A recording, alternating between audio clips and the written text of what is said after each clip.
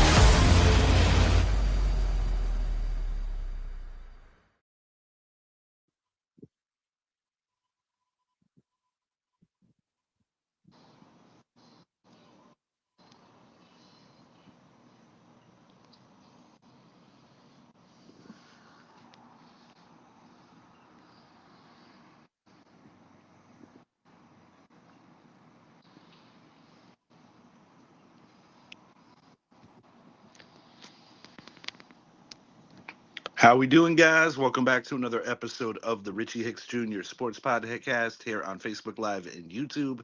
My apologies. StreamYard played my video twice, at least on my end. I was linking this out to my socials, so sorry for any delay. With me tonight, my good friend, Mr. Corey Rain, out in Hollywood, Florida. How you doing, bro? I'm doing good, man. How you doing? Happy the Yanks won. Yes, very happy that the Yankees were able to pull off that game tonight. Corey and I were in each other's messenger going back and forth during the game. And Corey, what did I say that actually came to fruition? Not quite a walk-off, but damn near close. Yeah. At about 9:25, you said Ryan McMahon's going to hit a walk-off homer, and almost pretty close. Yeah, he got the game-winning homer. Good enough for me. David Bednar, serious business in the ninth. He hasn't had a ton of opportunities in a favorable situation like that lately, but the Yankees, it seems like it's been every other day where you feel good and then you don't feel good and Yeah, you're like, oh, that's a game we should have won, and then you're like, oh, ouch, that was ugly. it's a You know what? lot of Let's start baseball, with the a lot of Yanks. games right now. Yeah. Yeah, we're gonna start with the New York Yankees. What are your takeaways, Corey, through the first? What is that? Game 20 today, correct? Game 20. Yep. So they're 11-9, and it's kind of like they're treading water at this point. Pitching was really good early. Bullpen was really good early. The last 5 games, the bullpen has given it up healthily. Mike Trout haunted their dreams and killed their soul. Uh, Mike but Trout, man, he had some oh man, yeah, series. the offense is pretty cold. They have not pulled their weight the last week plus. But And yeah, an issue that I've had with the offense, and I've spoken about this on some of my shorts and on my shows, is that with the exception of Aaron Judge, I don't feel consistently that I'm gonna put Trent Grisham in there too, because even when Trent Grisham makes outs, I feel that he has quality at bats. you got to put But Rice in there too. well, yeah, Rice, I'm not even gonna mention because I feel that Ben Rice is gonna be the starting first baseman for the American League this year, and I might be out of pocket for saying this because we Right. obviously know what Aaron Judge is up to at his home run pace, but I'm gonna go out on a limb here and say that Ben Rice hits over 40 home runs this year. It's plausible. It's And plausible. I do believe that he will be the main vote getter for the American League at first base this year. Now, obviously, just from aesthetically viewing it, most would say, oh, it's probably going to be Pete Alonso, the new Oriole.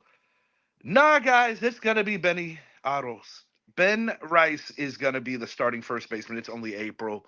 Of course, we need health. Aaron Judge on pace to break the American League record that he set back in 22, 62 home runs. And he So my hasn't little even gotten man, hot yet. Yeah. no, he hasn't got hot yet. So my little man lost a tooth today a little while ago, Corey, like about 10 minutes, Wow. 20 minutes before we started the show. And, he was kind of like, oh, check it out. So I took a meaningful $2 bill to me and I put it under his pillow. I'm letting him take my room tonight. And he came back and he was like all fired up. So I gave him the story. So in my podcast room, and you've seen it because, we've done shows in there. I have a picture of Mantle and Maris from the 61 season.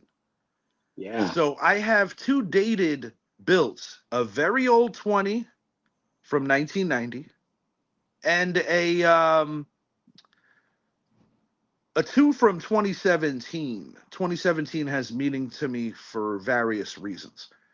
So I put the Right. 22, and I explained to Noah the reason why it's 22 is because those men had the record. They were fighting for it. Maris won it. They won the World Series that year as well. And then in 22, Judge did it. So that's the significance of the 20 and the 2 that are the old big face dollar bills. Magic cruises the playoffs. Orlando secures largest win in play-in tournament history. Wow. Congratulations to the Wow. local team, the Orlando Magic. Now, Orlando, can you beat the Pistons and help me get to a playoff No. game to watch my Knicks locally? Round 2, let's go. Um, Back Hey. to the Yanks. Truthfully, Corey, I don't think a lot of guys have a plan at the plate with the exception of the 3 I mentioned, Judge, Grisham, Rice. I agree with that. Um,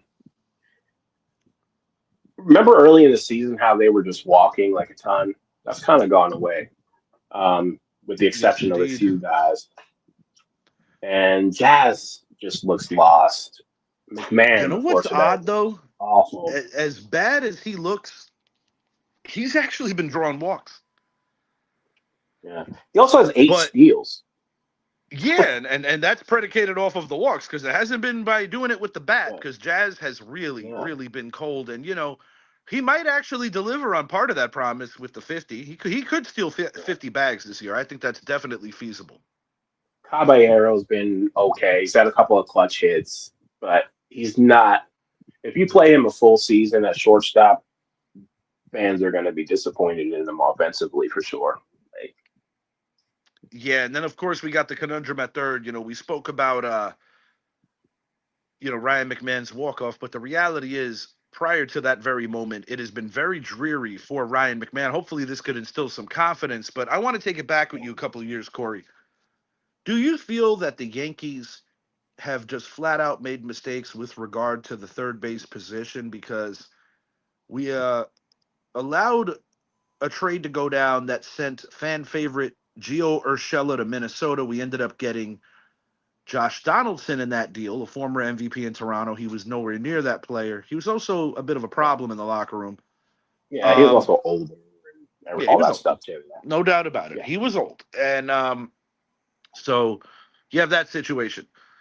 Oswaldo Peraza took Max Fried deep. First home run Max Fried has given up this year. right. I always did appreciate Peraza's bat, but Peraza kind of wrote his own death nail, I think, to a level because every time his opportunity came, it seemed like he started getting cold, and that's why they were kind of tweening on him. But the point is, Peraza's turning out to be a pretty good ball player. Um, and we have McMahon. Now, we let Gleyber Torres go after the 24 World Series appearance. He didn't want to Yeah, move. Jazz was a good soldier as a new Yankee that year. He played third. But I must admit, I'd much rather have Glaber at second and Jazz back at third than deal with what we've had right now. Agreed, because Glaber is just a solid player. He may not be a superstar, but he's solid. No, no, not the But guy that we thought we were getting in the Aroldis Chapman deal, and ultimately we brought Chapman back. But yes, Corey, to your point, and I a think very solid player. yeah, and I think obviously he has defensive deficiencies, but you can live with that at second more so than third, obviously. I tend to agree. I do. I tend to agree, and I'll be honest with you. This is actually kind of funny to me. But am I the only one that feels that in a Yankee uniform, Jazz Chisholm Jr. played a better third base than a second base? Mm, small sample size, but I think he could have gotten there to where he was a great third baseman. I thought last year his range and his metrics were good, but just too many errors. The team as a whole made too many Yeah, errors. and truthfully, Corey, I think to a level, and maybe you can piggyback or disagree with me, but there's a lot of flash in Jazz's game, and sometimes I think that demeanor and that flash actually bites him in the ass occasionally It because does. the routine plays aren't routinely made because sometimes Jazz needs to look kind of cool. I'm just gonna call it as Yeah. I see it. I think that where the and I'm not anti-analytics. I think you need them as part of the game, but I think where the analytics lose me sometimes is they don't value the routine. They look at errors as not a huge deal for defensive No, that's metrics, but reasonable. That's I reasonable. I, disagree I totally. actually could rock with Like, that. yeah, I because find that to Derek Jeter actually was be steady. reasonable. He didn't make a lot of errors. Jeter didn't make a lot of errors, and people shit on his defense, but he made all the plays he needed to. Yeah, where So Jeter gets called out is that nobody felt that he did anything spectacular at that position, but the reality is that he did everything well enough. And I think that's something that he did. most baseball fans, most people that remember his career could probably agree on. I think that's a Yeah. reasonable take. It's kind of like a not saying he's Omar Vizquel out there, not saying that No. at all. But the point is like it's something that people like to like drive home to the extreme just to like throw shots and stuff, because he's a Yankee.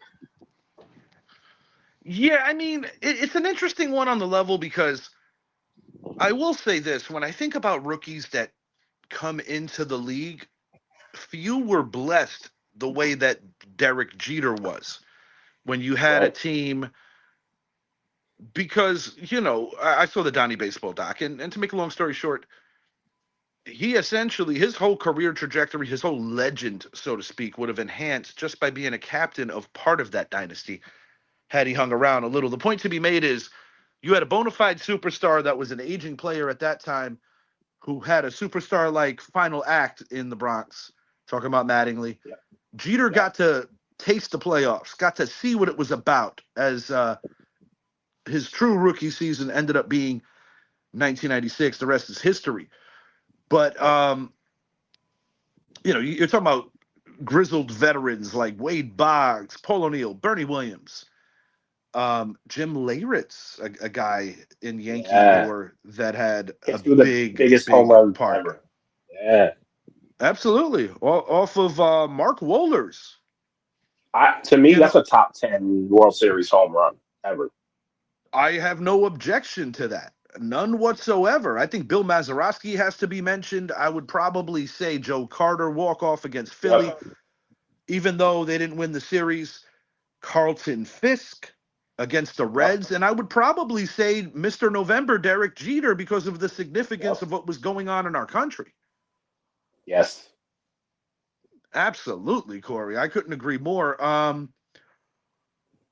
I will say this going into the series, I felt that the Royals were going to present similar problems to the Yankees that the Rays did with the speed, with the ability to essentially be good base runners and have a high baseball acumen when it comes to not killing themselves. But the I reality is Cam Schlittler was on his game tonight. He was, and I don't. I respect the Royals, and they have a lot of the traits that the Rays do. But for some reason, I don't really worry when the Yankees play them like I do the Rays. Like, they I seem think to the handle last them time I pretty good. genuinely worried when the Yankees played the Royals. You got to back it up to when I was just getting into baseball. You're talking about like the George Brett years. Yeah, What, you 40 got plus like years Hal ago? Yeah. McRae. Yeah. Yeah, yeah, Yeah. you know. And I'm talking about the Maybe in the, infancy of me even slightly understanding because I would say where I really started sinking my teeth into baseball, 87, 88, 89 is when I started witnessing that era of Yankees baseball. The beginning of the 90s were very tough. I'm old enough they to say that were. I remember the last time the Yankees had a losing record. They were bad in or like 89, like 90, 91. They were pretty bad. They certainly were. And that's kind of where my fandom was born. Because, when I was coming up, although the Yankees did have the most wins in the 1980s, I didn't They enjoy a did. lot of those because I was still too young to remember. I was born the year that we lost the World Series to the Dodgers. Yeah. But And point to be made is sometimes through those times, that's where the fandom really, really gets you to appreciate what 96 and beyond brought. yep. And hard to believe 30 years since 96. That's just crazy. Yeah, brother, we're getting old. We are getting We are. old. We really are. Anything else going around Major League Baseball that's got your attention? What do you think about this new rule with challenging balls and strikes? I'm torn on it in the beginning so far. I'm not like when instant replay came in for the challenges, I was all for that Yeah, for because, sure. For sure. but I'm not going to be an old curmudgeon and say, got to keep part of the human element in there. But I I kind of enjoy with the strike zone the human element. I kind of like And that these umpires have to be on their game a little more. I personally think, true, Corey, that the reason Major League Baseball is doing this, and of course, I don't have any other sources other than my gut, but I believe that they're doing this to weed out underperforming umpires because we know the horror that was Angel Hernandez. He finally left the game and got a settlement. But the point is, mhm, you know, it's like any other profession. You have the top tier, you have the mid, and you have the bad. But yeah. And I'll be unfortunately, in honest, Major League Baseball, there's been a little too much of the bad the last couple of years. And I think they're trying to that's weed true, some of that out because there's a lot of aspiring people that want to be in those positions to be a right? Major League umpire.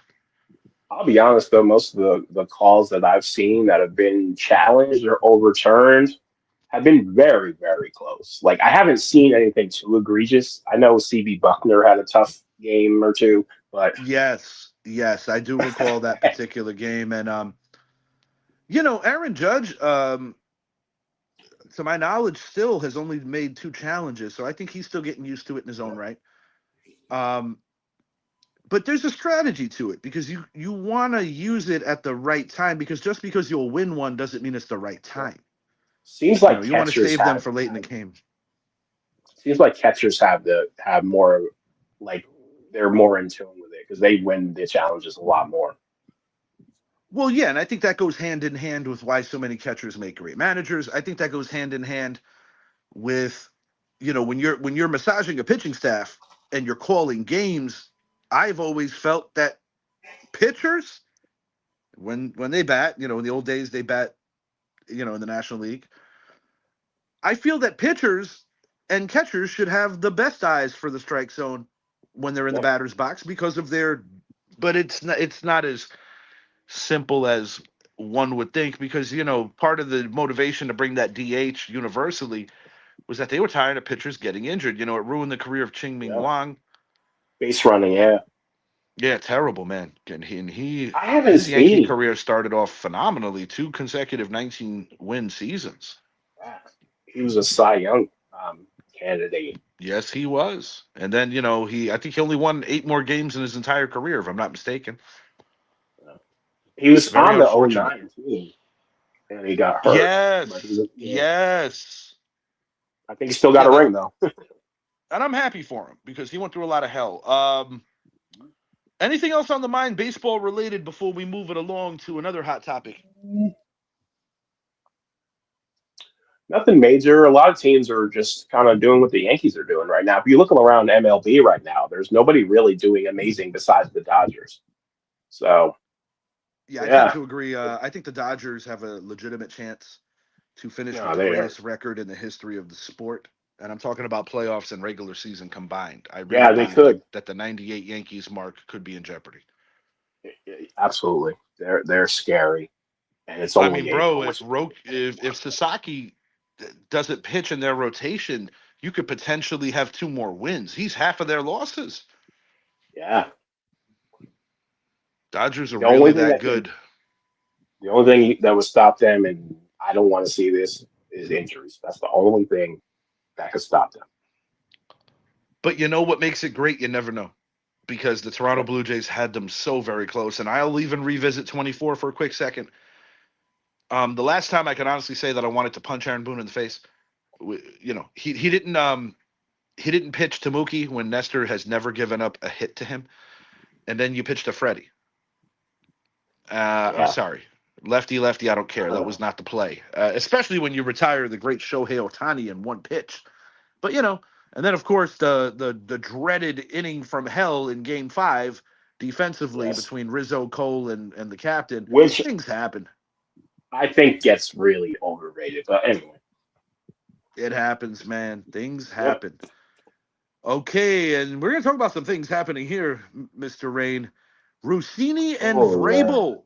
Is there a double standard soon to be exposed? For those of you who are not familiar with the story, Diana Rossini, recent former contributor to a really great publication, The Athletic. Mike Vrabel, former Patriot legend, now he's a Patriot coach, former Tennessee Titans coach as well. So he just took his team to Super Bowls, getting the runner-ups, Yep. and really changing the culture in New England for the better after the departure of Bill Belichick. They took a step back. So now this is a team, obviously, that they're feeling good. Nobody's been to more Super Bowls or won more Super Bowls than the New England Patriots, and they're back where they're used to being. Um, the first thing that stood out to me in Mike Vrabel's tenure as coach of the New England Patriots was disciplining Stephon Diggs, not disciplining him, but essentially saying this is a one-off. Get your shit together, basically. When that thing went down on the boat. Now Accountability. accountability, right? Accountability. He was that kind of player, that kind of coach. He's a beloved coach. His players really play hard for him. They run through a wall for him. But this is where it gets a little murky and weird. Obviously, Diana Rossini. There's claims of an affair. I Yes. personally think the pictures that surfaced were from a PI, possibly by Rossini's husband, to see if something was up. But my thing with this whole situation is the double standard. Rossini is forced to resign amidst the allegations and just the bad publicity. Right. But will the NFL do anything through a more morality clause with Mike Vrabel? Because it's kind of a weird one because it doesn't have anything to do with football, and he's not committing a crime. It's not a There. domestic incident. It's not an alcohol or drug related incident. Yeah. It's not a vehicular homicide like a Right. heavy And they also drugs. can't It's prove he did anything. They just took a picture. Like. correct. And as more things come, we only no one knows for sure what else has yet to be revealed, and that could be revealed. But the fact that she resigned, I think, speaks volumes about the Yeah. probability that something was going down. And Yeah. it's nothing that you want anybody to be mixed in because at the end of the day, there's children, there's hurt people, those things And they're suck. they're both married. Yeah. I actually didn't even know about this story until I looked it up today, and I was like, "What?" Yeah, yeah. But I think that this could potentially be bigger than people realize because Right. while I think Diana Rossini probably has greener pastures in front of her, Right. um, it's the fact that she had to resign. And this could open up a whole Pandora's box of stuff in the sense of, well, he's a man and he don't have to resign. Yeah. Exactly. You know what I'm Exactly. saying? And Yep. with the Patriots, who unfortunately always find themselves in the middle of some kind of scandal, whether it's Don't do they though? Deflate They Gate, always do, man. it's Deflategate, Spygate, Handygate. Then you It had always finds Aaron them, no matter Hernandez. what. Yeah, it always finds them It always in seems to every find era. them. Like an inside joke amongst many NFL fans will be like, "Oh, a Dallas Cowboy was arrested. The season's around the corner." But the reality is that the New England Patriots have unfortunately been at the top of this with a lot of stuff. And I mean, I'm not just going to make this solely about the New England Patriots. I think the NFL in general has had character issues Hmm. that always seem to rear their ugly head more times than not in the offseason. Yes, I tend to think that something like this is more so like it's a personal issue more so than a like. Okay, you brought up before like if a guy commits a crime or he does something, that's obvious. You deserve what you get. But this is between Mike Vrabel and his wife. Like whatever happens, like, Yeah, it's an if odd something one, and did. I think because of, but this is something to think about for a second here. Technically, in a situation like that, in some circles, Mike Vrabel could be viewed as in a position of power. Shouts out Yes, Lakeisha W. Her and I spoke about this today, so legend. I'm gonna give her her due for putting that in my brain because that's not my thought. That's actually hers. This is what I wonder too. If she resigned, which she did resign, was she being pressured? Were they going to fire her? That's what I wonder. Correct, indeed. And there's always more to a story. How much gets revealed remains to be seen. But one thing that does happen moving forward is I believe that this could follow Coach Vrabel in terms of people not looking at him in the same light as, man, what a stand up guy. I mean, listen, Uh, it's no secret that infidelity is a very real thing in this country, and the yeah, divorce rate is at an all time high. We unfortunately it live is. in a generation that cheats. There is no other way around it. Yeah. And I'm willing to probably go out on the limb and say marriage rates are probably at an all-time low. Like people are not getting married as much as they used to. I doubt they are. Um, I don't have the figures in front of me, but that wouldn't shock me. That really wouldn't shock me. It's a different world, and I'm not like excusing the behavior, but I think Yeah. societally there's a lot more that goes into this from a mental standpoint on the way people view Yep. themselves and view what perception is because never before at any time in my life have I seen so many people worried about what people that don't know them think about them. Right. Well, I And I think might be part of the problem. I mean, I have a podcast. Of course I care about what people think. I want this to be the best right. podcast ever. But Right. there's levels to it. And I think what I'm trying to Yes. say is that societally in our country, I feel that a lot of people chase clout. They chase Yes. things that are kind of hollow on the other side of it. Why do I do this podcast? I'll Because put myself on Front Street. Personally, I love talking sports. Love talking sports with my good friends. Um, would I like this to be something that feeds my family one way or another, where I can do other things? Of course. But the reality yes. is that this is something that I would do if I wasn't getting paid for it because I genuinely love it. And it's also a way to Right. honor my late fathers. Anyone that knows me But that's on my entry statement. that's why it's different though. Like you say, you do it organically and out of love and out of I appreciate that. respect. The people that are clout chasing, they're not doing it for those reasons. Yeah, a lot of And levels, a lot of sometimes, layers, a lot of all of it. sometimes the negative and the clout chasing gets the most attention and the most money, and sadly, As they say, Mr. Rain, misery does have a propensity mhm, for loving company. there's no bad press, right? Yeah, that's what they say, dude. That's what they say. All right, moving it along. LaMelo versus Bam. I'm gonna pull a picture up here so the folks watching can see this. Um, okay, that's LaMelo ball on the floor. That's Bam Adebayo falling out of bounds, and that's LaMelo's hand all up on Bam's ankle. Corey Rain, was this just a nervous twitch or was this a dirty play? Oh man. So I read an article that he says that he was confused, something to do with his head, his Yeah, injury, and concussion. I'll be I think honest. I saw the play. He didn't get hit in the head. no, I think it was dirty, and I think he should have been suspended. But This had shades of Joel Embiid and Mitchell Robinson. hmm I Yeah, guess buddy. I do think this was very dirty, and it's unfortunate because Bam's like one of the real good guys. And I'll be honest, I'm happy that he the is. Hornets lost just on the right and wrong tip because That's the justice, I guess.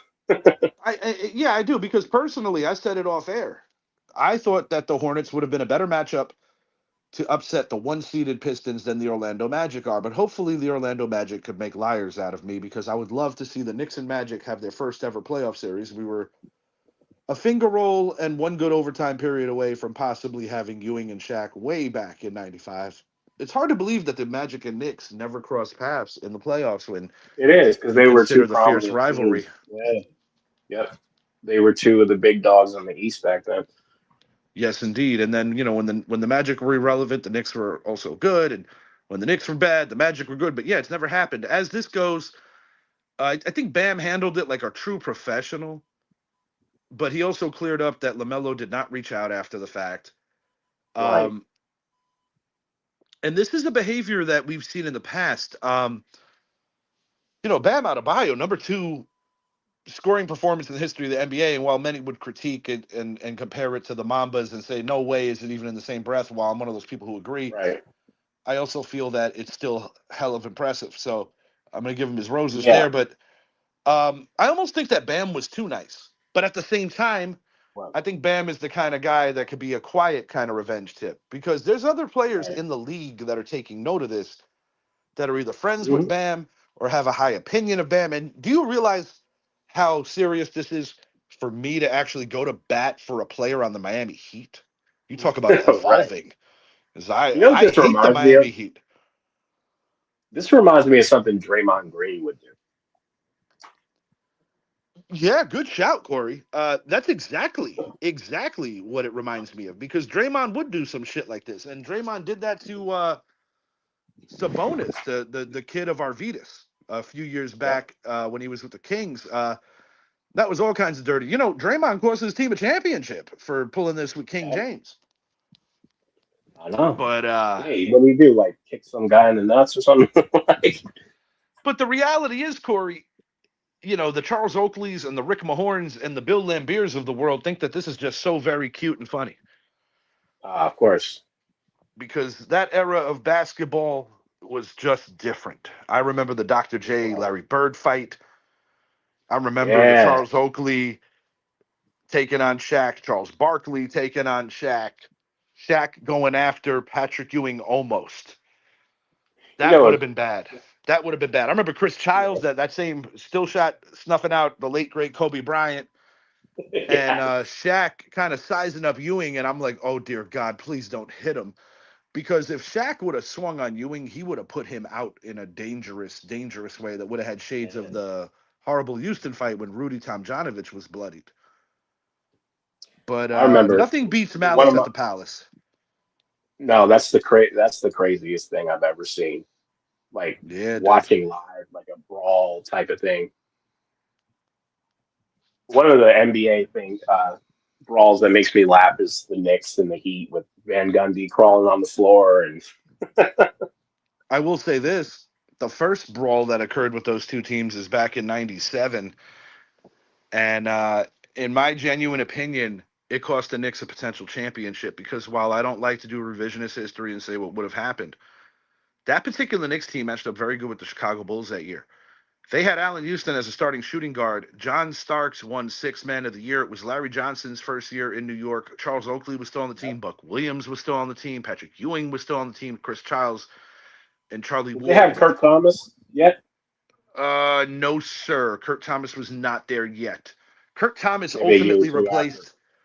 Yeah, Yeah. Mace was on that team. Mason ultimately got traded for Larry Johnson straight up, and that was the same year that Charlotte traded Vlade Divac for Kobe Bryant.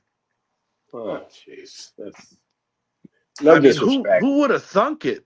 Who would have thunk it? I mean, we knew that Kobe had some raw talent, but it was a very short Yeah, list of guys that came out of high school that were like yeah, and really that's on. why. Moses Malone was like the dude coming out of Right. high school, but there weren't many that really were No. succeeding. Of course, LeBron James has taken it to a different place. Yeah.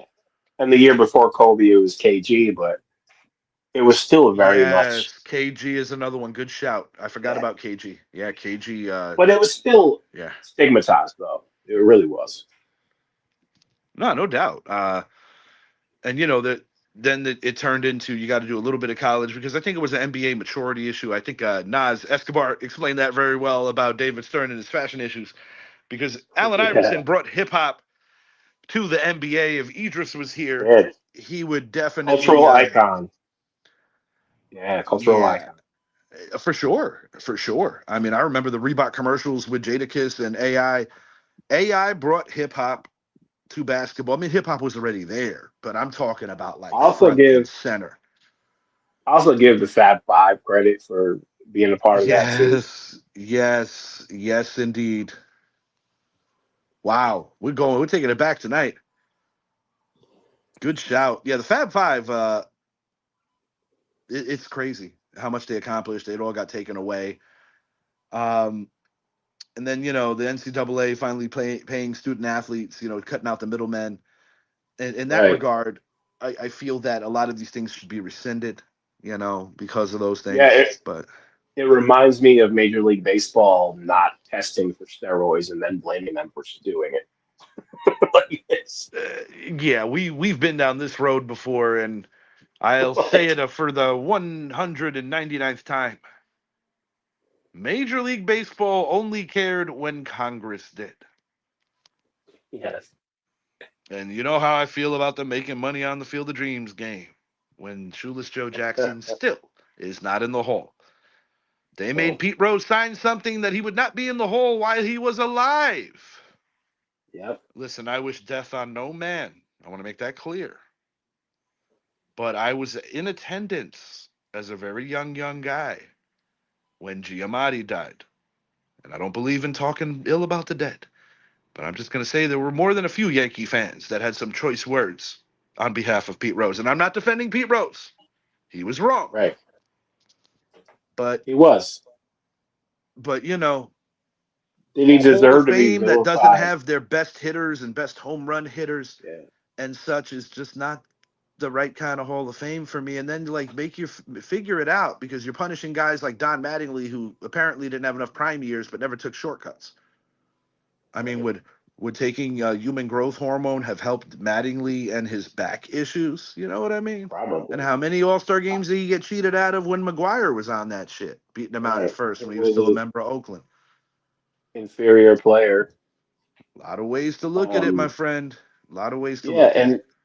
I don't know the exact reason that Mattingly had his back issues, but I heard someone say that they think that one of the contributions to it was that he took so much batting practice. Potentially, I heard a wild story that he and Alvaro Espinoza were horsing around and he hurt his back starting there. But I've heard conflicting stories that it also could have been the maniacal amounts of batting practice that 23 took. But Yeah, he was. Yeah, he was always in the cage, like constantly. no, absolutely. It's interesting, Corey. It really is. It I don't truly know if is. that's for sure why it happened, but maybe it was part of it. Yeah. Want to hit on this close to and dear to my heart. Dexter Lawrence, one giant problem or solution. Not sure if you're too familiar with this one, Corey, but I am. De- okay. So the contract that he signed for $90 million total, a 5-year deal. He's on year. This will be year 4 of it starting up, and he is bitching, moaning, and complaining that he is underpaid. He is the third highest paid nose tackle in professional football. He was a perennial Pro Bowler. He has been an All Pro, but last year, while I will admit that the injuries did contribute, I also think he was a little heavier last year. Just my Yep. honest opinion, and these are large individuals. But He really turned me off with the Carl Banks back and forth. Carl Banks is New York Giants royalty as far as I'm concerned. He played alongside Harry Carson. He played alongside Lawrence Taylor. You don't mess with Carl Banks. I like Dexy, always have, but I think Dexy's wrong here. And more importantly, I don't think Dexy has nearly as much leverage as he thinks he does. And I think part of the reason why the New York Football Giants might be playing possum, saying that talks are going better, is for the sheer fact that they don't want his value to go too low and they want to do their best to get a first round pick for him in the coming draft. And I personally think that he will be traded one way or another. It's not what I wanted, but it's kind of simple. I'll dumb it Do you down. think he? Do you think he's If you don't peaked want to already? be here, just go, dude. Yeah. Do you think he's peaked though? Yeah, unfortunately, I do. I mean, I'm not saying that he can't get dealt and be in a refreshing situation and have another great season. I just think that there's bad feelings on both sides. I understand Dexter's point to a level about a guy like Saquon Barkley not getting paid. He sees him leave. He sees McKinney leave. Leonard Williams, Julian Love. Well, Julian Love, it wasn't really about the money. It was about not wanting to pay those New York taxes. But Yeah. this is my thing, bro. They paid you.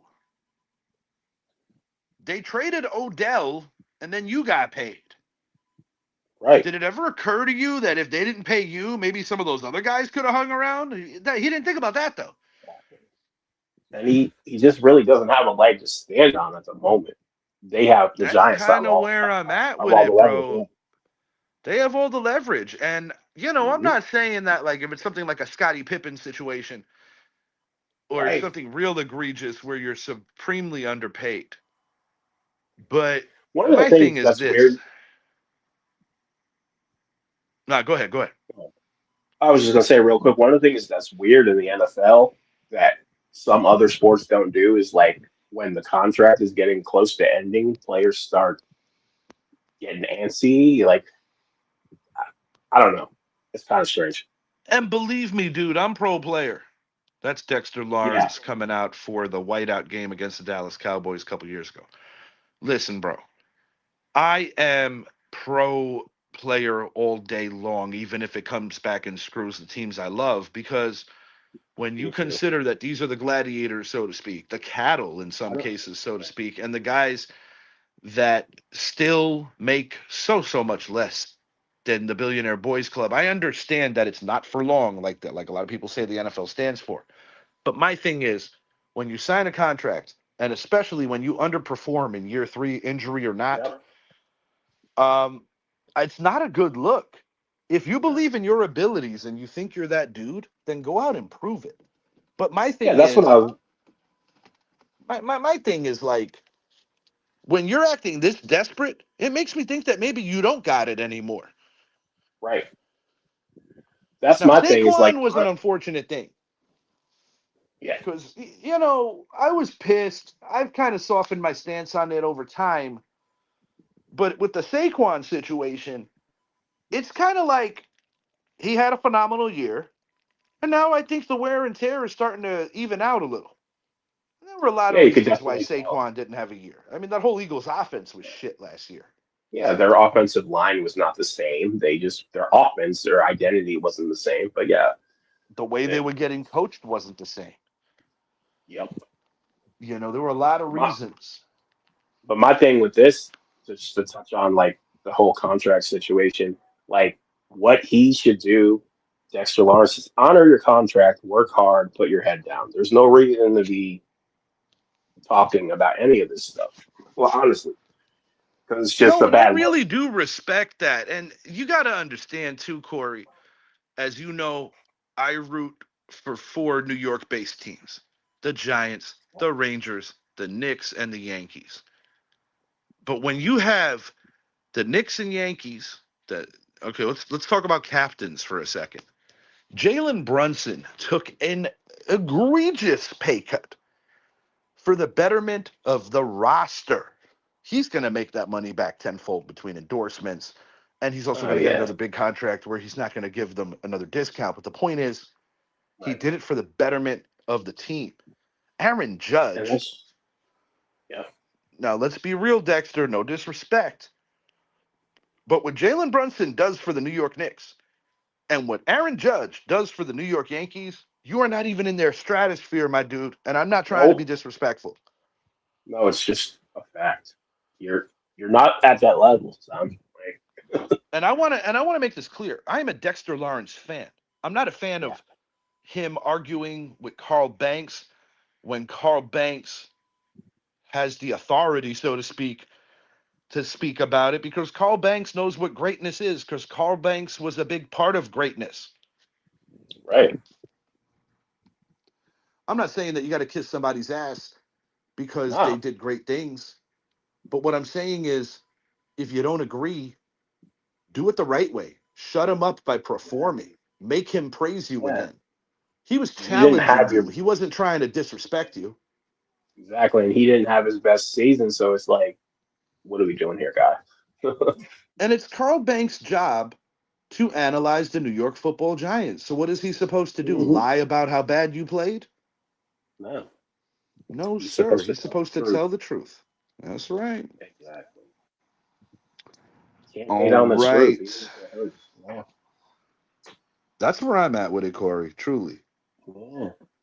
We'll see how NBA that all playoffs. unfolds. Mm-hmm.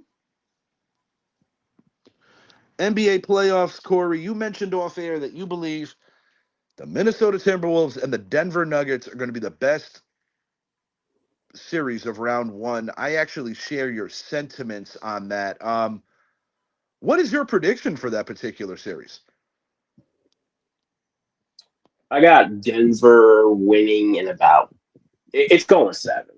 Like I just think it's going to be, you know, Anthony Ant throwing haymakers, Jokic, Joker just Mm-hmm. having ridiculous triple double, 40-point games. Mm-hmm. Like ultimately, I think Denver will win.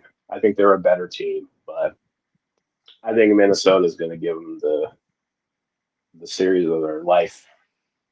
I'm not sure if they're the better team, but they have the best player in the series. And I think that There, alone could win them the series. Now, I'm not going to lie. I'm going to pull for Minnesota for two reasons. The two guys that were dealt for Karl Anthony Towns, because these are guys that I appreciated, especially Julius Randle. Because Julius Randle brought the Knicks back to a level of respectability that made people want to play there again. And I am indebted he to did. Julius Randle as a fan for that. Now, Jalen Brunson, particularly in Julius's absence with the unfortunate injury in Miami, took the reins, became the captain. Yep. Dante DiVincenzo, I miss him. It was unfortunate that they had to break up the Nova Cats. And I'm Yeah. still a little skeptical about the Karl Anthony Towns acquisition because I'm not 100% sure. But I will say this, those that reason alone, I am going to pull for Minnesota. I really think the world of Jokic. I think that he does a lot with a little, but it's time for Anthony Edwards to take his game to that next place. And I'd like to see Julius Randle be a nice complimentary number two piece. We'll see how it plays out. I too think Denver's going to win in seven, but I'm pulling for Minnesota. That's fair. I just think like as great as Edwards is, and he's a great player, but there's just levels to it. Like Joker is one of the greatest big men ever, and that's not like hyperbole or just blowing smoke. It's just true. I believe that he could play in the era with the best of the best when the centers play differently. But I also, on the flip side, want to mention that if the game was played the way it is now in that era, I think there are certain centers that really would have thrived as well. One that comes to mind is Patrick Ewing, just because of how much of a silky smooth jumper he had. Hakeem definitely. Yeah, Hakeem can play in any friggin' era. Same goes for Hmm. David Robinson, the Admiral. I think Moses Yeah, Malone was super. special. There's a lot of guys. Yep. Defense is defense. I think Bill Russell, from that aspect of his game, could have played in any era as well. Yes. I don't I don't think that think Bill Bill Russell. Russell. Mhm. I don't think he would have been an offensive star in any era besides the one he was in. He wasn't necessarily one then either, but No, he I was think, adequate. yeah, to me, And he would a have guy been that like, doesn't get enough credit is Bob Cousy. He was the point guard of those great absolutely, Celtic teams. absolutely. I think Wilt Chamberlain would have just destroyed in any era because he was just one of the craziest freak athletes of all time. So, Yeah, Will Chamberlain was a dog. I do agree with that. But Bill Russell had his number in such a prolific way. in a So I win do loss believe. record way, yeah, Oh yes. yeah, But was Bill if you look at the Bill Russell was just a numbers, great defender. if you look at the numbers though, Wilt actually had a lot of great games against Boston. He just wasn't on a better team. That's basically It's what it kind of was. like Teddy Ball game against the New York Yankees. Yeah, exactly. You know, uh, a lot of people feel that Ted Williams was better than Joe DiMaggio. Um, but the point is Fair. that Joe DiMaggio played on better teams, and I'm not trying to slight the late great Yankee Clipper. He was amazing in his own right. Yeah. One of the things that's weird about like the real old time players, like especially in baseball, we don't really know how good they were on defense because we don't have any way to calculate it really. Yeah, that's a solid point, Corey. That really is a solid point. One thing that I do want to mention, and then we'll get back to the NBA playoffs. Um, you know, in light of Jackie Robinson Day, and I'm really happy that the Negro League players were finally inducted into the Hall. One thing that I take issue with certain fans is devaluing how great Babe Ruth was because of the fact that it was a segregated MLB. Because in a shorter sample size, Babe Ruth did play in exhibition games with and against Negro League talent, the best talent. Yep. And Babe Ruth hit over 400. So miss me with that. And also, Babe Ruth was big for inclusion. And I think that's something Yep. that should be spoken on. Of course, a lot of things were debunked about Ty Cobb being a racist. That was brought to the light Yeah. that was very false. And that was very unfortunate that they dragged that man's name through the mud They many did for years years. after his passing, Hmm. but there was racism in Major League Baseball. Let's not lose Oh yeah. sight of that. I don't want to speak ill of the dead, but I am going to say this. Roy Campanella, as soon as he passed away, Scooter finally got in the hall. Hey, Mm. the Yankees did always beat their brains in talking about the Brooklyn Dodgers, Yep. but why am I talking about this? You know, it's kind of a weird one because the thing with the Jackie Robinson thing and then Larry Doby after him is that they opened it up for so many others, whether from Venezuela, whether from Yes. Mexico, whether from just It's yeah. Japan, It's everywhere. bigger.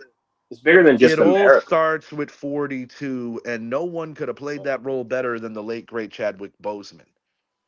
Facts. That was awesome. To me, And like Jackie Robinson was a different kind of brave because, and a different kind of self control, too, because he could have allowed it to make him bitter. He could yeah, have resorted to acting out in terms of just yeah, anger. But him showing that kind of restraint, he saw the bigger picture of what it was going to mean for his people. And in that regard, yeah. not to mention that he served our country, Jackie Robinson is a hero through and through. He is, and it's like him and Roberto Clemente, people like that. They're just it transcends the sport. It just means so much more than just being on a baseball field. And they were both No, great absolutely. on the baseball field too. But yeah, No, absolutely, Corey. I couldn't agree more. And that's I said this on a short recently that I want to see number 21 retired league wide as well. me too. Me too. I think that that might happen one day, but I am definitely in favor of 42 being retired. This year, I don't know if it was last year too, but I noticed this year a new touch on 42 was that every team wore the Dodger blue as opposed to their own Oh, colors okay. wearing 42. That everybody had that Yeah. Dodger blue this year. I thought that was interesting. Yeah, Jazz wore the his uniform like Jackie used to with the baggy pants and the stirrups. Yes. It was pretty cool, man. I just like it gives me chills because to me he's up there with Martin Luther King and people like that because it's just such a Yeah. pivotal moment in time, the impact, you know. No, absolutely, And just the absolutely. kind of man he was just a great person. Like, Humble yeah, as humble could be, but make no mistake, these were things. So, like, when I see people argue about Negro League stats, I don't want to hear it because they didn't have the choice to not be included. But shouts out right. to the Bambino because the Bambino wanted that. Yep. And the Bambino And it's recognized the greatness in that league, and he wanted to test his yep, own metal and let exactly. iron sharpen iron, so to speak. So shouts out to the late great George Herman Ruth, who was also, a very charitable person. He was an orphan. Ruth had a big heart. He was. He did. He was he had his flaws, but deep down he was very, very charitable and generous, and he had a lot of love inside him for sure. No, for sure, man. For sure. Much respect to the Babe and much respect to all the Negro League players who are now in Cooperstown. It's a beautiful thing. All right, back to the NBA. Oklahoma City Thunder round one. I'll put it to you like this. They're beating anybody that comes out of that play in, period. Yes. Los Angeles Lakers without Austin Reeves and Luka Doncic. I don't like it, Corey. I don't like it at all for Uh, them. You said it off air that with full strength they would wax the Rockets. I actually agree with that, but they're not. Give me yeah. the Rockets in No. 5 games. Um, we got the Spurs and the Blazers. I think there's a potential for a sweep. Yep. The Raptors and Cavs is pretty interesting. That's going to be a good series. I think the Cavs will win, but it's going to be pretty I'm competitive. So gonna I'm gonna take the Cavs in 6. I think last year being the 1 seed and getting knocked out by eventual ECF champion Indy last year, I think that's going to be some character defining stuff. Now they're a lower seed. The pressure is not on in the yeah, same manner. And I you think also have James Cleveland is going to be a Harden. tough Yep. out. Yeah, Donovan Mitchell And and James. co. I think are going to rise to the occasion. I think potentially could make a deep run in the East. I actually think that if they advance, they have a legitimate shot to beat Detroit, assuming that Detroit beats Orlando, which I think Detroit I, should do in. I'm going to give Orlando 1 win. They'll beat them one time in O Town. yeah. Yeah. It's gonna. Orlando will try their best, but Detroit is just too good, too physical. Cunningham is healthy again. Um, I think James Harden was a good move for Cleveland, though. It gets overlooked a bit, but Yeah, hopefully his playoff issues in the bigger games don't continue to follow. But James Harden is undeniably a future Hall of Fame talent. And yes, I do like him on that yeah, roster. I will agree with that. Knicks and the Atlanta Hawks missing Trey Young. They traded him. Not the same thing, but this is a different Hawks team. Landry Fields, former New York Knick, he was part of the Melo deal, has done a good yeah, job of restructuring that roster and making them respectable. Again, 1 short week ago, they had a very exciting game where a half court shot by CJ McCollum was called off as he barely missed the buzzer. I'm not going to lie. The Knicks could win this in 5. The Knicks could also win this in 7. The Knicks could also lose this in 7. Um, I'm going to tentatively say Knicks in 6, but it's not going to be an easy series by any stretch of the imagination. And all I could say is that I hope that Philly stretches Boston to 6, but I don't see it. I yeah. think Boston takes care of Philly in Hey, 5 games. is Embiid healthy? I don't even know if he is. Embiid needs to walk away from the game. Yeah, That's it. because He, Philly has a lot of talent, like Edgecombe, and like they got some guys, Maxi, but the big guys is the straw that stirs the drink, and if he's in and out, they don't have a chance. yeah, Boston in possibly 4, but I'm going to give Philly 1 win. I think Maxi's going to go off at least once in this series. He's a Um, really good player. no, no doubt, no doubt. Boston has really impressed me. I hate to give them credit, but I have to. Um, Assuming the Knicks and the Celtics play in round 2, I'm not even going to pick a winner yet. I'm just going to say that the winner of that series is going to the NBA Finals. but I do believe that the Knicks are the better team, and I think the Knicks will beat them in 7. But it wouldn't shock me if Boston beat them. It's hard to beat the same team 2 years in a row. But Right. my NBA Finals, hmm, I hate to agree with you, Corey, from off air. I hate this. I want Knicks and Spurs rematch in '99, but I think we're going to get Pistons and Spurs. I agree with what you said off air, and I I think the think San they're Antonio the. Spurs are going to win the NBA title. I just think they're the two best teams of their conference. Does it guarantee that they're going to the finals? No, but I think it's Absolutely going to not. happen. And I think Wemby's going to win his first title, his first Finals MVP.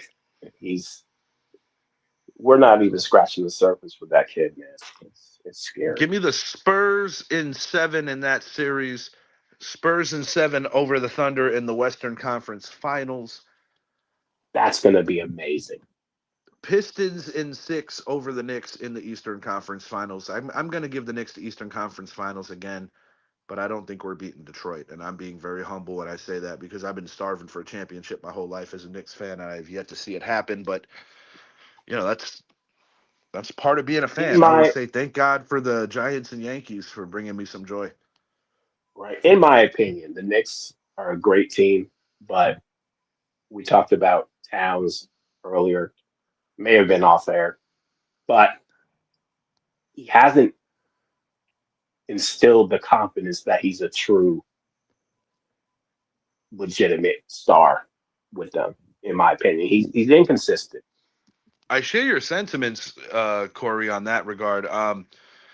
I think in part it's an adjustment phase with Mike Brown versus Tom Thibodeau. Right.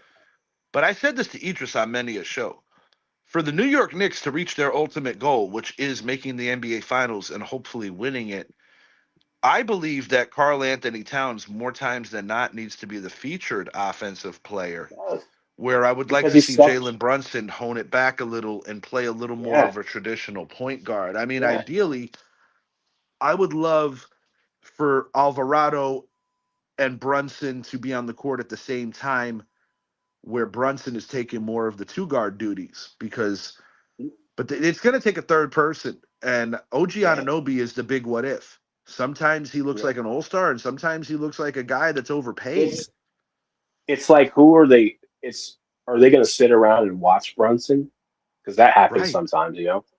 And Jalen Brunson is And terrific at creating his own shots, but I yeah, mean, he I do is not want to see a repeat of what we saw where he has to score 35 points every night just to give them a right. shot. It's going to require a lot more than that. Yeah, Towns has to be aggressive. He's a big mismatch for teams. He can go inside, he can go outside. We saw him have huge rebounding games. Like he's a force. It's just sometimes he gets the deer in the headlights kind of look.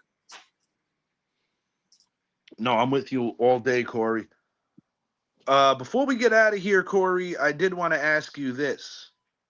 Um, it comes up often, and sometimes it's overkilled and overplayed. The GOAT debate in the NBA, it's forever and ever. Oh, yes, It gets tiring, but why not? yes, it does. It does get tiring. I'm going to say this. Oh, that's the picture that I wanted. That's a better one. A Yeah, I little still late for saw it that though. now. Amazingly, Oh man, yeah, I put the wrong picture up. At any rate, let's talk some GOAT debate real quick. Do we universally agree that Michael Jeffrey Jordan is number one? yes, yes. And I come I at this Yeah. from an unbiased point of view because I love both players, and most people don't love both players. They either love one or want the other one to take a hike. So I saw both of them. They're just different. I think it's the wrong conversation, to be honest. Yeah, But I'm with you on that because how does one say the value? I mean, there are certain things that transcend positions and transcend skill sets and all this other right, stuff. Okay, LeBron edge passing and rebounding. Michael Jordan on ball defending and overall better scorer. LeBron yes, a little better from beyond the arc. But if it's a pressure three, I want Jordan taking it. Um, To me, it's Kobe and Michael. That's the better comparison. I agree and I don't. It's a complicated one there, and I'll try to the best of my ability to explain myself there. Um, while I have much admiration for the late great Black Mamba, and while I think from a skill based standpoint he's the closest thing that we're ever going to see to Michael Jordan, um, LeBron hit the ground running out of high school, whereas Kobe, it not all his fault because it was also the vision of Del Harris to kind of make him wait a little Yeah, lot longer. he has growing pains. Yeah, One of the big knocks on Kobe Bryant is that he wasn't the best player on his team for all five championships, where many would argue that for three of them, Shaquille O'Neal was the best player. I have mixed feelings on that too, because of the fact that just because the offense was geared for Shaq doesn't mean that Shaq was the right. better player. Was No, Shaq a it, better on the it ball defender? Was Shaq a better free no throw shooter? better score. Yeah, If the roles I were mean, reversed, would Shaq be able to be a sidekick to no, anyone? And that was part of the problem. It was feeding Shaq's ego. These were because both much younger men back then. exactly, and the Lakers had the biggest mismatch in the history of the freaking league. Like, are you gonna not give Shaq the ball? Like, No, I agree, Corey. I think strategically it had a lot to do with the fact that yeah, the centers were dying out during that period where Shaq was still the yep, dude. Because when Shaq yeah, came into the league, you still had Alonzo Mourning, you had Hakeem hmm, Olajuwon, you had Patrick Ewing, David yeah, Robinson, Rick Smits, Vlade Divac. You had a lot of really good centers.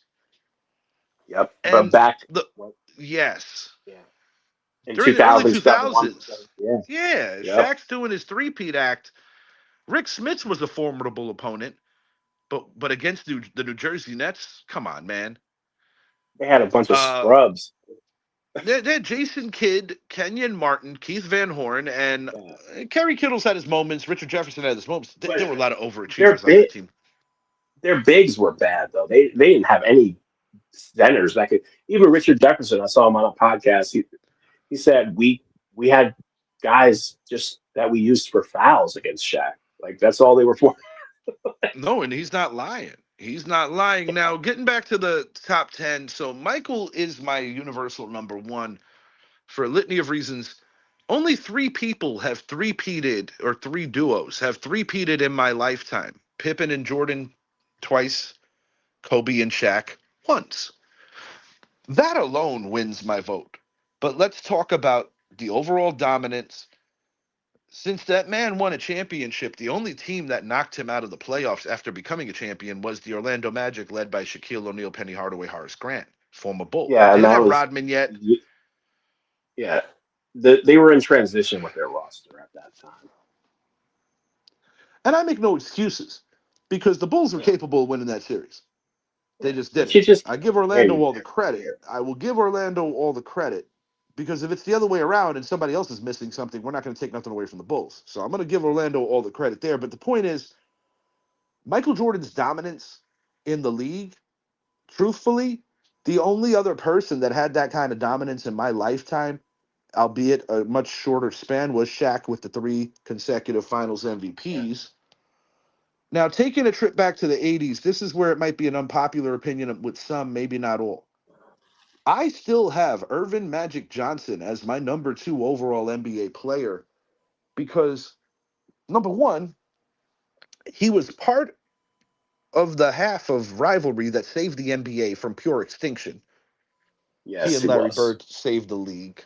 In in 12 years, he went to the finals 9 times, winning five of them. He left the league as the Mhm. all-time NBA assist leader. And to this Triple day, doubles too, I believe. Yeah, yeah, triple doubles when triple doubles meant something. And to this day,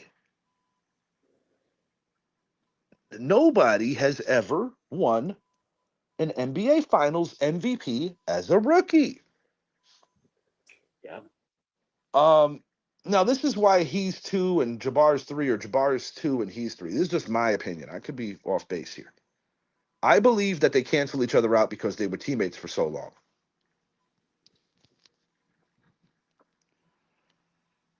But I do And think that Jabbar needed Magic to win in LA because he wasn't winning before Magic got there. He did win one with Oscar Robertson in Milwaukee. and also, is it fair to say that maybe Kareem was on the back nine a little bit when Magic got there? Um, well, he definitely dealt with a lot of injuries and a lot of things of that nature. Yeah. But make no mistake, as great as Kareem Abdul-Jabbar was as a singular talent, Magic Johnson was the most important player on that team. And while Yep. Magic has humbled out and said that Kobe Bryant is the greatest Laker, I respectfully But disagree with him. I think Magic Johnson is the greatest Laker, followed by Kobe. Kobe died I, tragically, and it broke our hearts. But I believe that Magic Johnson is the greatest Laker of all time. But I'm not going to fight with I, anybody that wants to say it's Kobe. nah, I agree. It's Magic. I saw a clip of Magic saying that Kareem was the best player ever because he And that's said, and that's humility. yeah, because he put him over Shaq because he said Kareem basically just changed basketball, and he did. I personally think that it's about when you play a guy too. Okay, so for instance, Yep. when Olajuwon played Shaq in '94, Shaq was still wet behind the ears. Olajuwon took him to school. But at the same time, Shaquille O'Neal did not have a bad offensive series. I mean, he scored 28, 29 points in his own right. Yeah. He wasn't a But scrub Hakeem by any means. Olajuwon really balled out. And, the Nick Anderson missed free throws, I think, just changed the whole narrative of the series. I would have Shaq towards the bottom of my top 10. I think he'd be a little higher if he was more committed. He kind of got lazy. Yeah. I have He Kobe. Let did. me see. I would have LeBron at 4, even though I want to put Larry Bird ahead of him. Longevity has to count somewhere. I have LeBron number Mhm. 4 all time behind Magic at 2, Jabbar at 3. I have LeBron at 4. I have Kobe right in the center at 5. I have Larry Bird at 6. Hakeem Olajuwon at 7, which might surprise a few folks. Wilt Chamberlain at 8. Am I ready to put Steph Curry in the top 10? I'm sorry, Steph. No. I Shaquille can't. O'Neal at 9. And I would probably put the big fundamental Tim Duncan at 10. And Okay. Steph Curry literally on the outside looking in, like as close as 11, possibly, or 12. I think you got to put KD above Curry. I think you got to put Isaiah Thomas above Curry. I love Steph I Curry. I agree. think he's the greatest shooter that ever lived. However, in the Yes, but 90s, if he played in that recency, era, I don't think he could create his own shot and get to the rack the way he did in this era. and they wouldn't let him play like that he does. They just wouldn't let him. And I think Isaiah Thomas, this might be unpopular with some. He's no worse than number 3 all-time point guard. I have him at number 2 behind Magic, and number 3 would be Oscar Robertson to me. Number 4 would be Bob Cousy. Number 5 is so debatable, but I would put Allen Iverson there. No, excuse me. I see him as more of a 2. I'd probably put Jason Kidd there. I love Jason Kidd. I think he's Jason Kidd was the kind of point guard that like he was the true definition of valuable because he took two Nets teams that had no business being in finals. Like, Dr. J and cuts he my was. top 20. He's around 14, 15, somewhere in that neighborhood. Dirk Nowitzki right around that same area. What about KG, Dominique? I like Dominique, but defensively, I think knocks him down a few pegs. I'd have him outside. I'd have him somewhere in between 25 and 30, but I think he was a badass. He was a beast. Yeah, Dwight Howard's another guy that doesn't get enough love. I feel that he belongs in the top 50 all time. he does. Um, I'd have Patrick Ewing probably anywhere between 25 and 35. Anywhere between there. Um, but yeah, I mean, with centers, it's so subjective. It is But because it's by era. It's when did they play? What was the state of the league? Like, it's a lot of stuff that goes into it. Hakeem Yeah, Olajuwon, to me, the only guy that he's behind is Kareem Abdul-Jabbar. And Bill yeah. Russell, just out of pure respect, I put him like in the top 13 because of the fact that he won so much. And his impact was just so big beyond basketball too. Like, I think personally that Kareem is the best center, most skilled, just for the longest time had the most points. Like, I mean, there are certain guys that have certain shots that you just don't stop, and the sky hook yep. is amongst the top Hmm. of it all. I mean, when Jordan had that little fall away jumper, because people forget, first three-peat Jordan versus second three-peat Jordan are two completely different styles. Yep. Where he lost some of his athleticism, where he was playing like at an ungodly level above the rim. But Yeah. Mike became a better overall shooter when He he did. returned and really mastered that mid-range jumper. Now, in terms of creativity while in the air, he had it during the second three-peat. He had it even as an old man, but the first part of Jordan, I'm talking about like 88 to like 93, that was a Yeah. possessed man. That was just, Oh but I yeah. think the better Jordan was actually the second three-peat. He was a better player at that point, He was a like more mature player. he was a master of his craft. Yeah, and I mean, when you consider even in a losing effort what he did against the Hall of Famers on that Celtic team, I mean, Larry Bird basically called him God. Did you see in the clips of that game where he's just dribbling and the defenders they're like on skates. They have no No, no, yeah. Now there are some folks that will say that Kareem Abdul-Jabbar is the greatest basketball player of all time. I bet you Um, Jordan would say that. well, the thing with Mike is Mike never proclaimed to be the GOAT. Right. And You know, sometimes there's no definitive goal. Everybody's gonna have their own view. But if you're in the conversation, you're doing something right. absolutely. I think that's a good way to end it and a good way to put it. Corey, any final thoughts before? Oh, I almost forgot. Yeah. Yep. You know what I'm yep. Just bear with me, Corey. Yeah, no problem.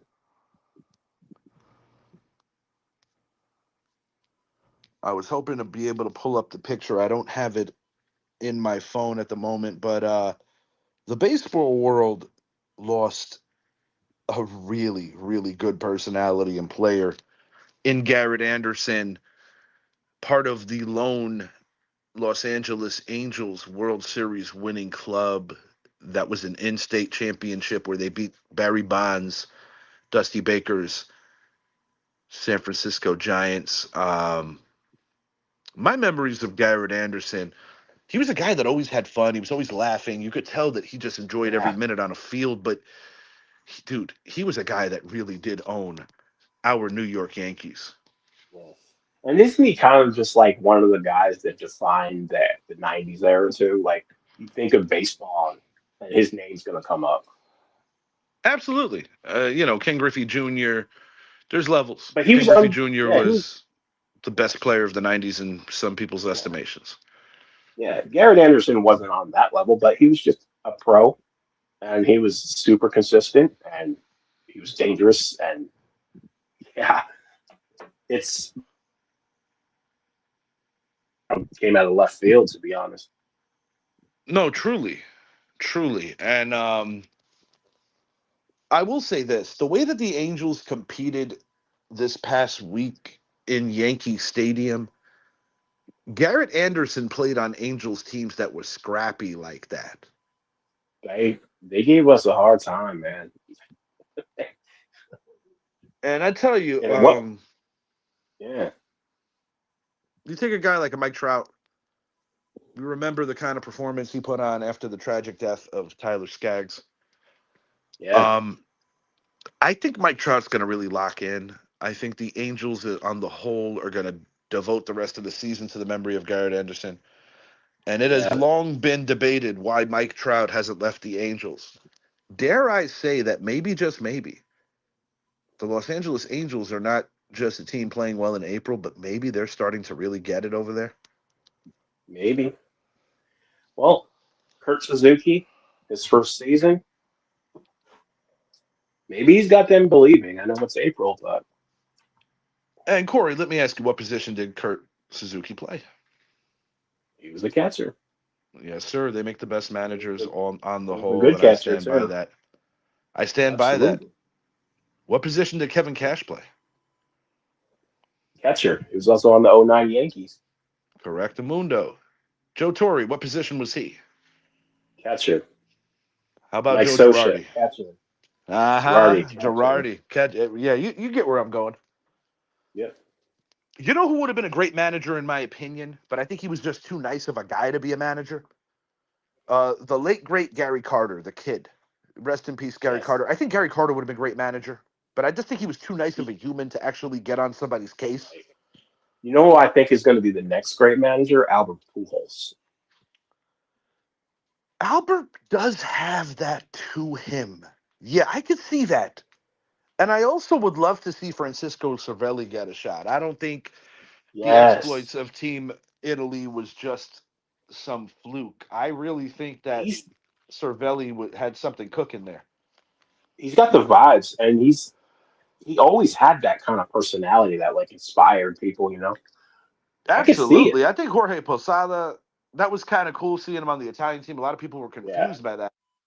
But the Yeah. World Baseball Classic rules is that you don't have to hail or have a bloodline to a country if you're managerially part of the staff. Right. It's And I solely for think the he was. players.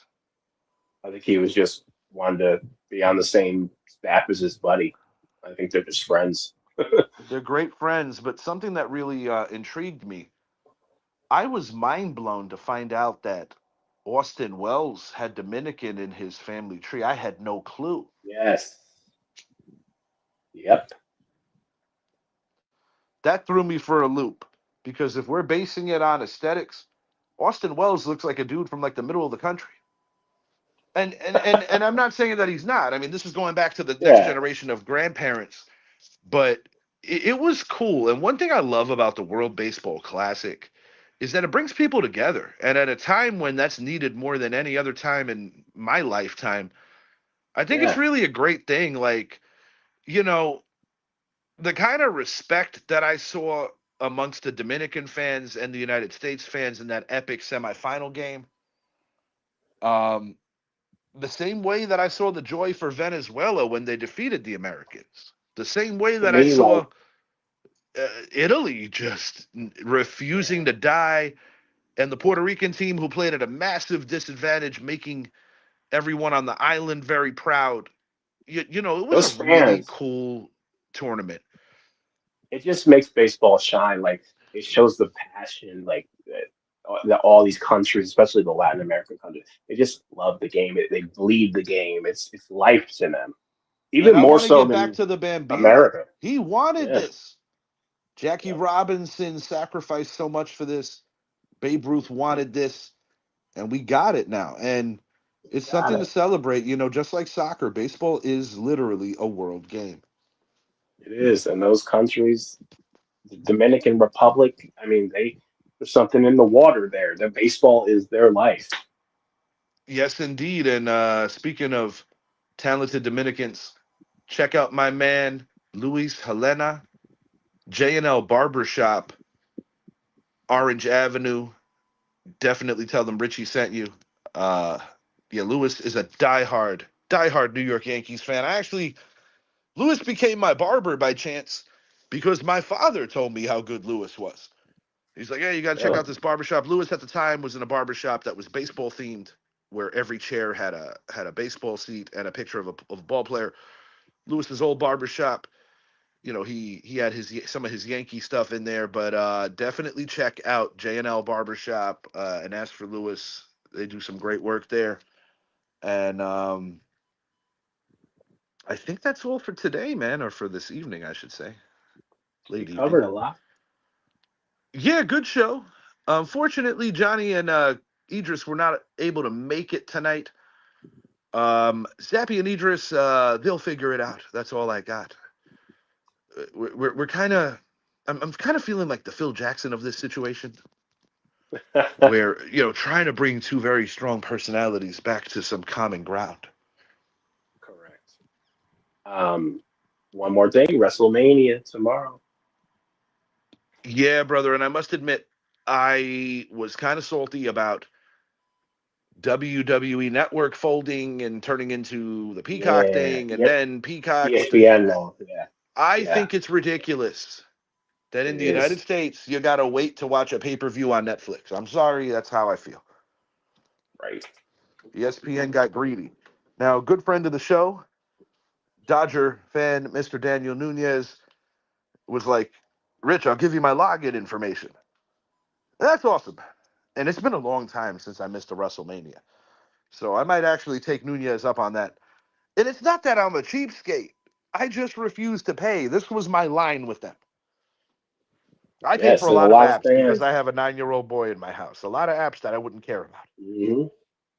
But this It's is where almost I draw like the line with them. yeah, it's like they say, well, we're cutting the cord, but then you have like 100 streaming services. So are you really saving money at this point? Like, Well, yeah, that's the frustration amongst a lot of people. Like you get the MLB package, but like for instance, you need the Bally Sports Network to watch the Tampa Bay Rays play.